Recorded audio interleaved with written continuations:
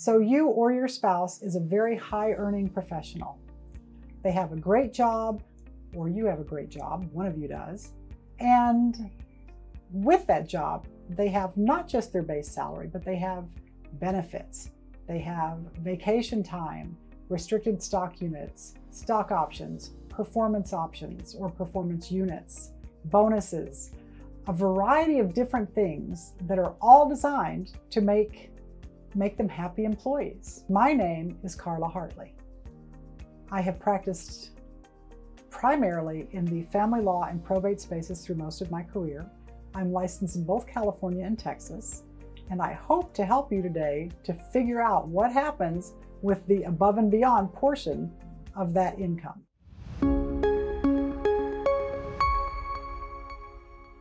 So let's start with your base salary. Your base salary is your base salary. It's probably coming to you on a W-2, and that part is easy to figure.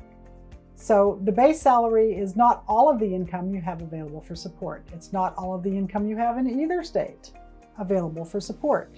And for the most part, I'm going to be discussing child support now. There are different rules regarding spousal support in both states. As in Texas doesn't have spousal support, it has rehabilitative maintenance. So right now I'm talking just about child support. Is that bonus that you're going to get every year, is that available for distribution for support? Or is it property, post-separation property? What about the restricted stock units? Restricted stock units can be very, very interesting when you're trying to divide them in a dissolution proceeding. You have to be careful with any stock options, but particularly restricted stock units, because the distribution is going to be governed by the terms of the employee's contract with the employer. So if the employee is not permitted to roll these over without a taxable event, then the only way that the outspouse, the spouse who is not the employee, is going to be able to get his or her share of these stock units is going to be a taxable event. Well, who should pay those taxes? So much of this is going to depend on the state that you are in. This is coming down to where we're starting to look at choice of law in some cases. We have so many clients going back and forth between California and Texas. People with homes in both. Military people who have gone between both places may have a home in one and are presently stationed in the other. Now, military doesn't deal with the bonuses we're talking about, but what I want to make the point here is increasingly we have this choice of law happening between two different states. And we have people who have the ability to get divorced in either state. So this, for a higher wage earning spouse, becomes one of the things that you need to consider in where you're going to try to pursue your divorce.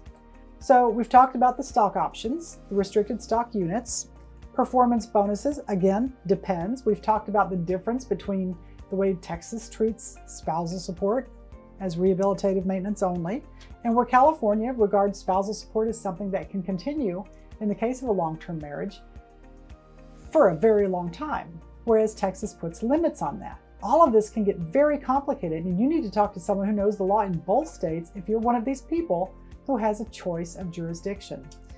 Now, brokerage accounts, your standard brokerage account.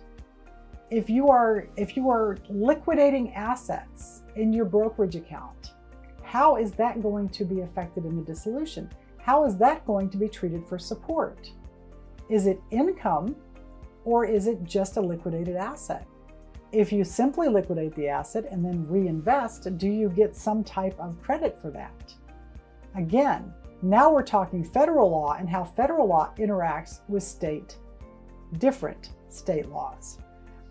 Private equities, I think, are going to track mostly with the stock options. I did do a little bit of a dive on the private equities because that is something that interests me.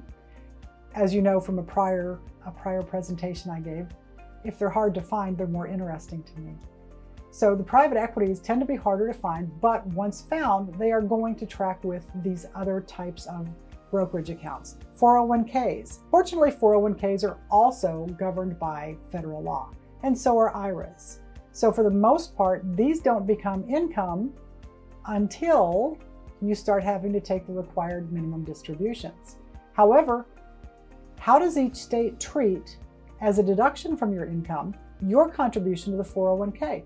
How does Texas and how does California treat the employer's contribution, if your employer is making contribution, to your 401k? Does either state treat contributions from the employer differently if the employer is a government entity or if the employer is a private corporation or private business? These are things you need to know, and these are questions you should be asking yourself. The reason I'm throwing out this video in a series of questions is because there is no way for me to break a topic this large down into a 5-minute or a 3-minute discussion. These are questions you should be asking yourself, and you should be looking for someone who can give you the answers, especially if you have a choice about where you're going to get divorced. And that is increasingly true.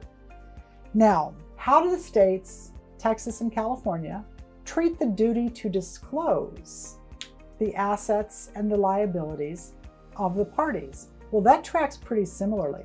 Both states require, as a matter of statute and supporting case authority, that each spouse has an affirmative duty to disclose to the other spouse all assets and debts for which either may be liable. This is something that is often misunderstood, and a lot of times people are looking at the stuff that's on their paycheck stub, the RSUs, the stock options, the 401k contributions, and thinking that's sufficient. They don't have to also list the account that's holding all this stuff in their disclosures. You do, if you have an interest in it. That means your spouse may have an interest in it. Both states are community property states. Both states are going to require this type of disclosure. Both states are not going to track what they do with this information the same way.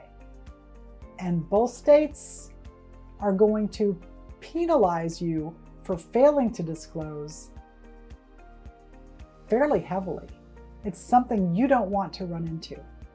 So hopefully I've given you some stuff to think about. If you are the high wage earning spouse, or you have a high wage earning spouse, there's a lot of fringe benefits and a lot of other stuff going on with their pay stub. You need to be asking some questions, and you need to find an attorney, if you have a choice of jurisdictions, who has the answers to these questions. If you don't have an attorney, if you don't have the ability to choose which state you're going to divorce in, you still should be asking yourself some questions, and you should know before you get started on any type of settlement procedure how your state is going to deal with these various assets. I'm Carla Hartley, and I hope this has been helpful.